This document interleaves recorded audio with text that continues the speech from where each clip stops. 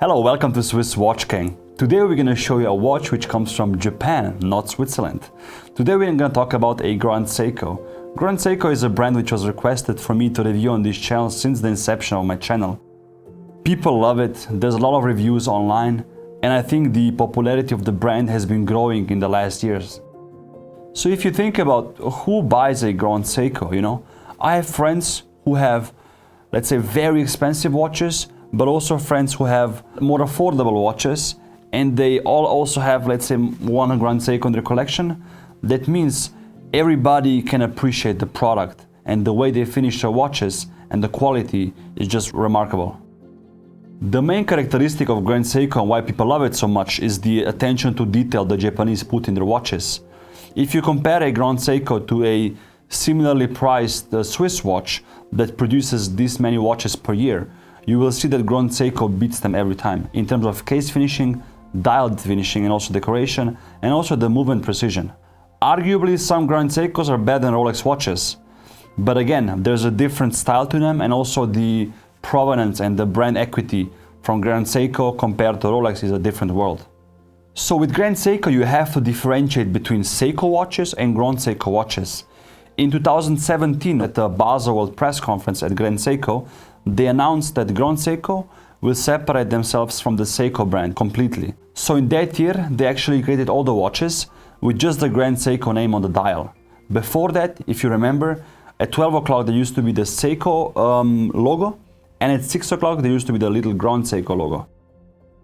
I actually also used to own a SBGW255 Grand Seiko, which is a GMT with a white Mountivate dial and a blue GMT hand. I really loved it.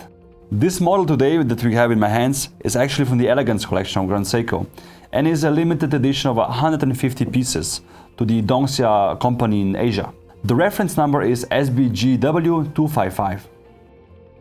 In the last months or year or so, Grand Seiko made a lot of watches which are inspired by the Japanese nature, landscape, and also the different periods of the year: spring, summer, fall, and winter. This dial is inspired by jade, while also dressed to the occasion. It has a special place in Asian culture and history. When you see the watch, has a very elegant feel to it, the slim case design, where you can see it has a slim profile which goes under the cuff very easily. The way the lugs are crafted, also the polishing style, and the boxed sapphire which you can see from the side is all reminiscent from watches from the past. The attention to detail to Grand Seiko dials and finishing is again hard to compare with any watch in that category. I would even argue you can't compare anyone. When you look at the dial, it's very beautifully made and executed. The rich green dial with the applied GS Grand Seiko logo at 12 o'clock is a beautiful contrast. You also have a beautiful gold tone seconds hand to contrast the dial, and I think it fits perfectly with it. The hands are beautifully polished in Zaratsu style, as is the case and the indexes which are applied. Grand Seiko uses Zaratsu style finishing, which means they achieve this mirror-like surface when they polish it. And when you look at the indexes and the size of them and how many facets each index has, in order to get it this finished, it takes a lot of time to create. What I'm also happy about is that Grand Seiko didn't put a date window here at 3 o'clock. I think like this, as is now, it just looks perfect. So far you might have noticed how beautifully finished the case is as well. It's actually 37.3mm case. And with all respect, it's perfect, because for a Elegance collection, this is the perfect size. I know in the past watches tend to be bigger, but I think the trend of smaller watches, especially when it's a classic design, is coming back. When you turn the watch around, I'm also very happy that Grand Seiko, kept the exhibition case back. It has the limited edition and the Grand Seiko logo on it, and you can see the beautiful, Côte de Genève style decoration on the movement. The movement inside of this particular model is the 9S64 manual winding movement. I really like that they didn't do like a automatic movement here where the rotor would obstruct the view.